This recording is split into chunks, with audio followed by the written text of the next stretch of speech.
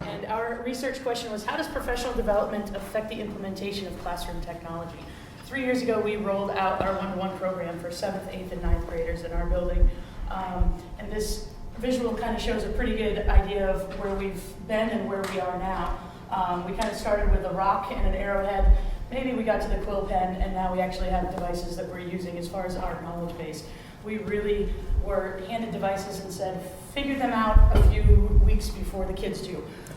So that was the thing that we kind of realized was a huge issue, that we needed professional development in order to implement technology effectively in the classroom. So thank you to Tarrant and our relationship with them that we established this summer. We were able to kind of get that opportunity going. Where, can you hit the next slide? Thank you. So year 2013, 2014, we rolled out the program with very little professional development. What we had was basically our librarian technology specialist saying, here's some great things that you can do, or next Tuesday at 3 o'clock if you want to come, I'll be talking about this. And it was very voluntary, so not really organized, not really structured, and when given options, we're as bad as the students and we don't go to those things. So there was not much professional development. Same thing happened in year 2. Basically that librarian still saying, hey, here's some great stuff, which was fabulous. However, we just didn't have the time. We didn't have time for collaboration. So it was still a continued issue. This is the current year, 2015-16. We went to MGI over the summer. We worked together as a team to create a digital citizenship curriculum to implement 7, 8, and 9. 7, 8 having the same program, and 9th grade a little bit different, but still a structured program. We also implemented professional development days with a thanks to Rachel for that, for getting really structured, organized, beneficial professional development. Instead of just saying, well, we have an in-service day, we got to find something to do, so let's plug this in. We really did work with, what do we need, where are people, and it was kind of a nice tiered thing of, here are people who aren't really sure where to even go to get into their email, here are people who maybe, let me backtrack, don't know how to turn their computer on, don't know how to get to their email, I think they can get to their drive on Google, and some people who are way above that area. So we actually had structured days put into place for some in-service time, where we had collaboration with our own colleagues, which was so important, because we had no idea what other people were doing in their own classes. So hearing from our own people who have as little time as we do ourselves, being able to find the time to do some of these new, pretty impressive things with technology. We also, in progress, coming up in another week or so, have professional development from Apple that came with our one-to-one program that we'll be doing. And we also, for the first time, had our Director of Information Technology become a huge support personnel for us, because he was able to actually tell us, or not tell us, we were requesting, could we have some limits put on these devices? These kids were given 2 years ago devices and said, here you go, gaming device, social media device, education if you want to, and we kind of felt that was a huge concern.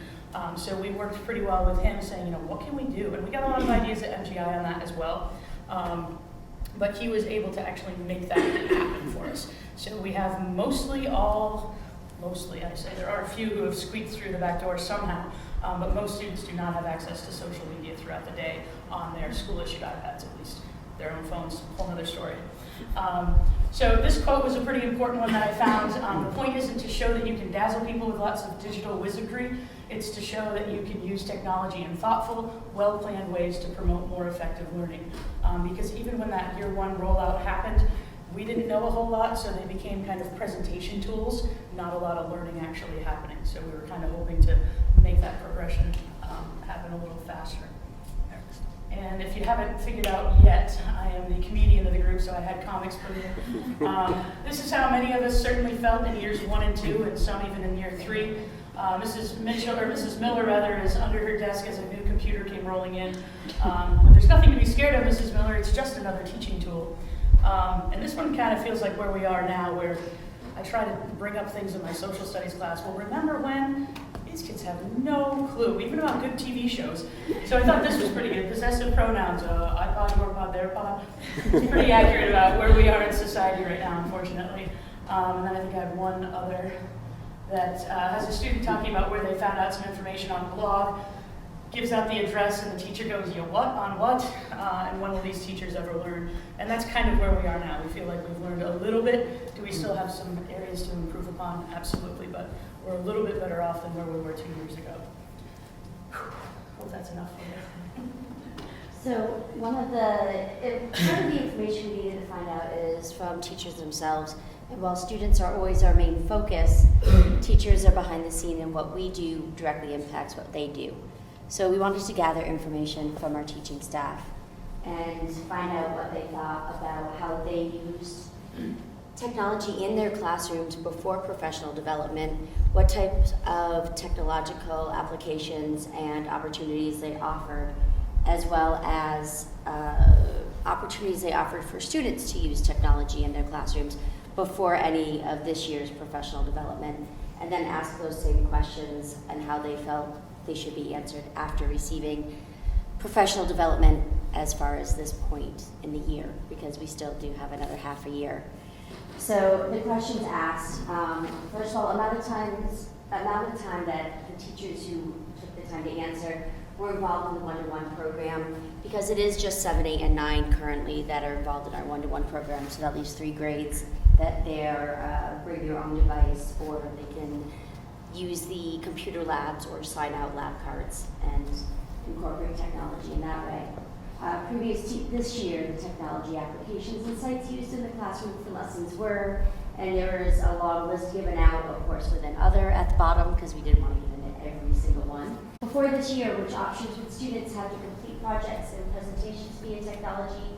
Same as for teachers, a list provided, but then an other.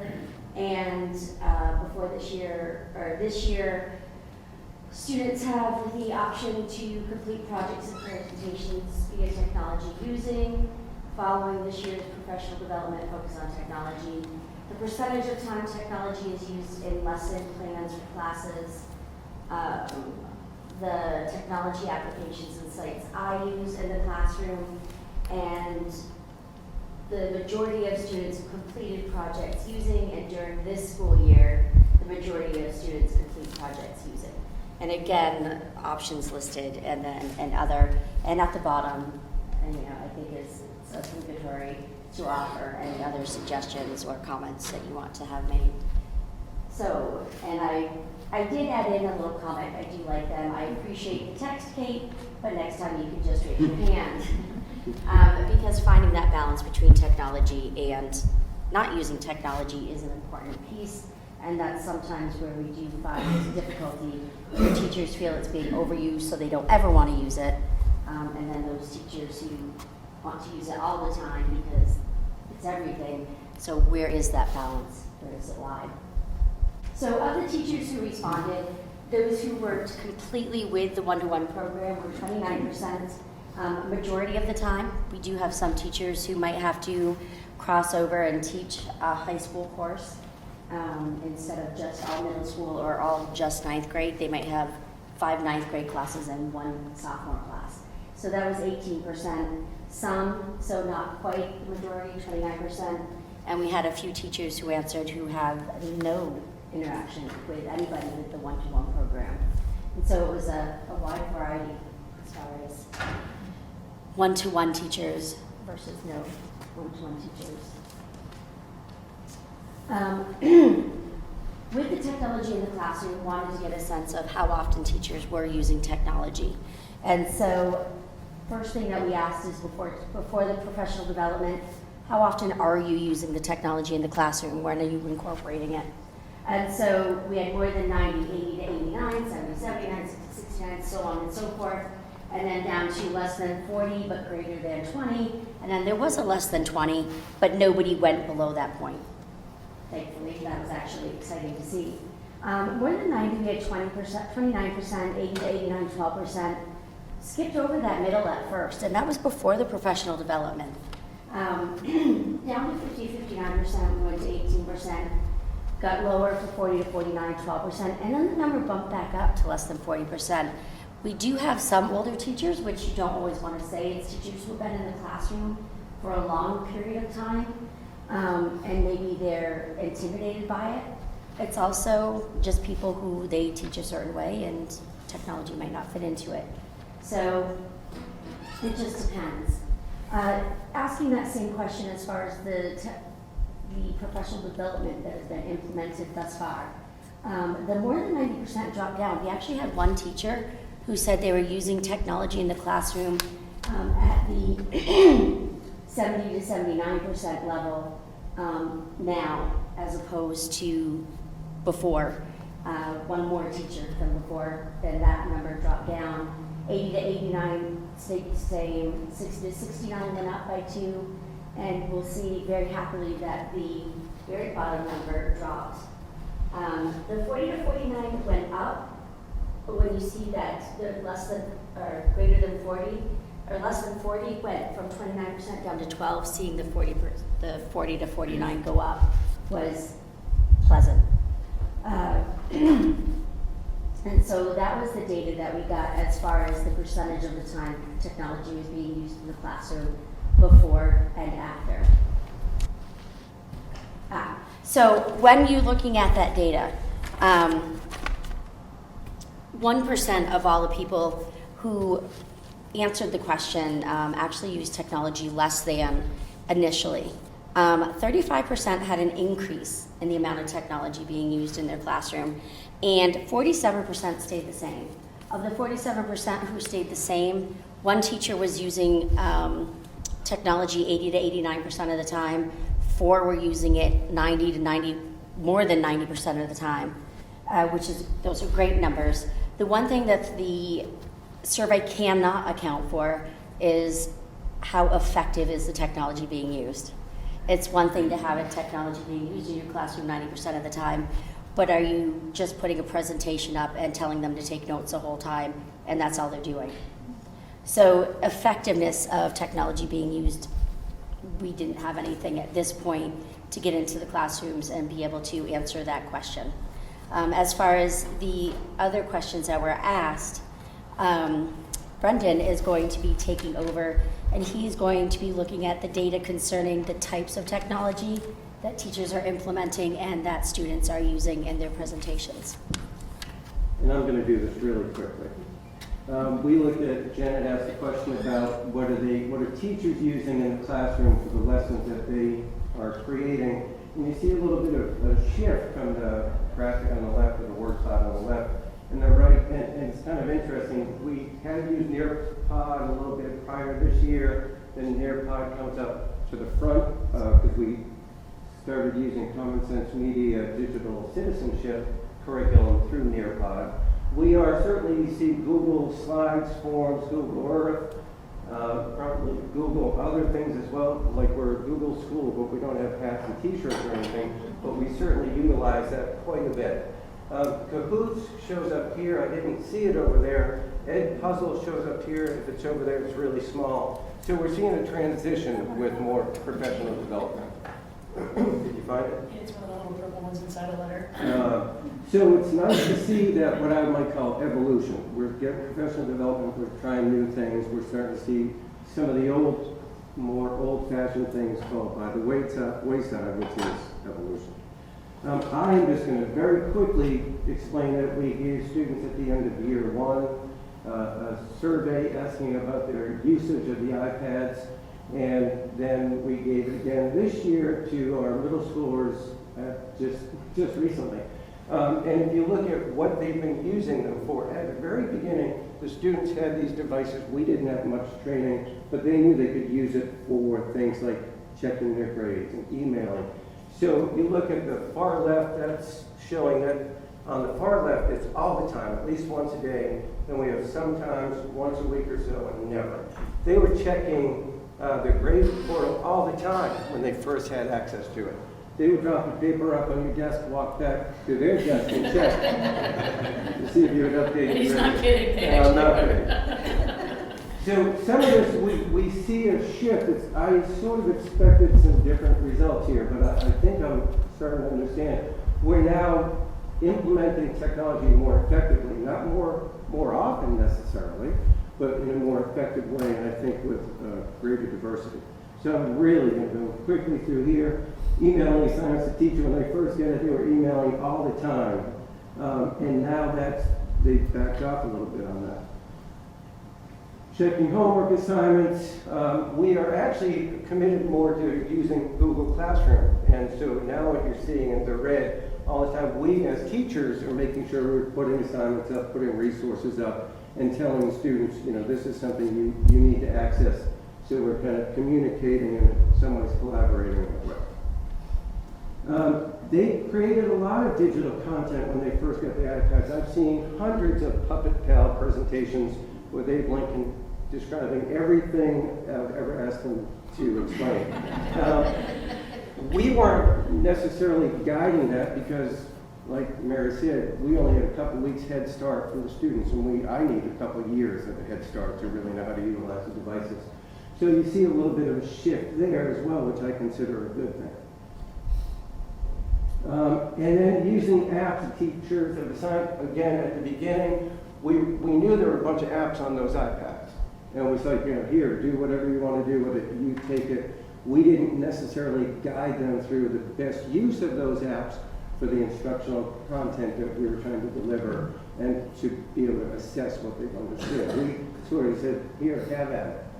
So we see a shift there in what I would consider a healthy one. So real quick, we asked students what parts of having the iPads worked really well. We wanted their feedback and really access to teachers, to homework. They're able to do all sorts of things. Checking grades always shows up pretty high. Very few students said nothing about it worked really well. Some of them thought it's a huge distraction, which it can be. Our tech ed specialists helped us with that by removing a lot of the distractions.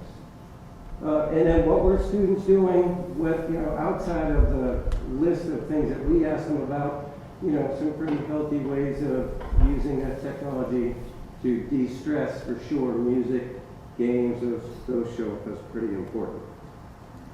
Through MGI, we were really lucky to have a concentrated period of time with people with so much knowledge about different opportunities, different resources, and a way to implement those within the classroom to get the most out of the technology. I'm just going to run through something I was able to benefit. We were studying hurricanes, and one of the things we decided to do as consumers, we used an app called iHurricane, and it would give you live feeds and updates, and you could track developing hurricanes.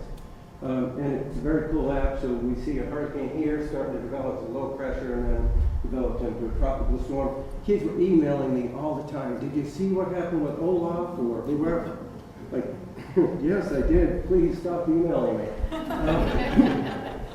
But they were into it, and there's so much you can do, there are so many things you can do with that app. So they were really into it. We went from there to use some other tools, like Ed Puzzle, where they watch hurricane videos. I love Ed Puzzle because you can actually see how many times a student may have watched particular segments. If they didn't understand, it was too technical, they watched it, and then if they were asked an open-ended question, you could tell that that student who was watching the last two segments, which is where the more technical stuff was, they watched 7 and 8 times. Just went back to it. Wait, what did they say? What was that? And their open-ended response was right on target. So that's kind of, each individual student has their own strengths, and if you will persevere and just keep going back until you really get it, that's a really good sign. We also, as we looked at some of the hurricane stuff, we would post updates in Google Classroom. So now we're collaborating, communicating. We did utilize some near-pod activities to develop the skills in hurricane tracking and determining hurricane speed. Students still use the old-fashioned maps and had to plot points, latitude and longitude, but we utilized National Hurricane Center's longitude, latitude, distance calculators to help them with some of that. So we incorporated Nearpod within the classroom. We did a lab on Hurricane Patricia. No, sorry, back then Hurricane Rita in 2005. We're getting ready to tell a story, do a newscast, so we read a New York Times article on Hurricane Patricia, which we watched develop from its inception because we were paying attention to hurricanes. So it's developed as a current disturbance off the coast of Mexico. And students were like, what do you think is going to happen with that? So we actually watched that over a period of about a week and a half. Once we read that article, we put notes up for other people, like this is what should show up in a newscast. about a hurricane, so we were able to collaborate that way. And then finally, they had to create some sort of newscast. Some of them used green screen technology to do, a news segment on Hurricane Patricia. Others used iMovie. And I'd like to just play just a moment of this.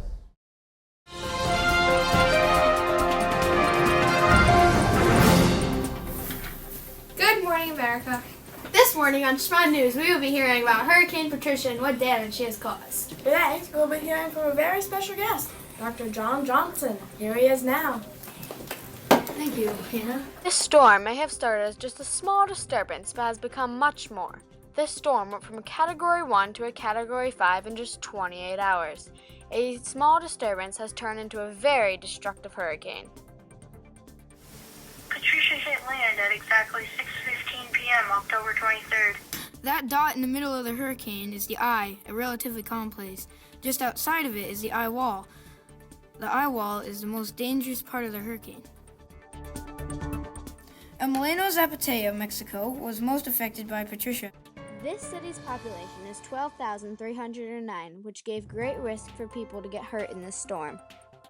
Since El Molino Zapateo was right at the eye wall, sustained winds got up to 130 miles per hour, but wind gusts got up to 200 miles per hour. That's pretty intense.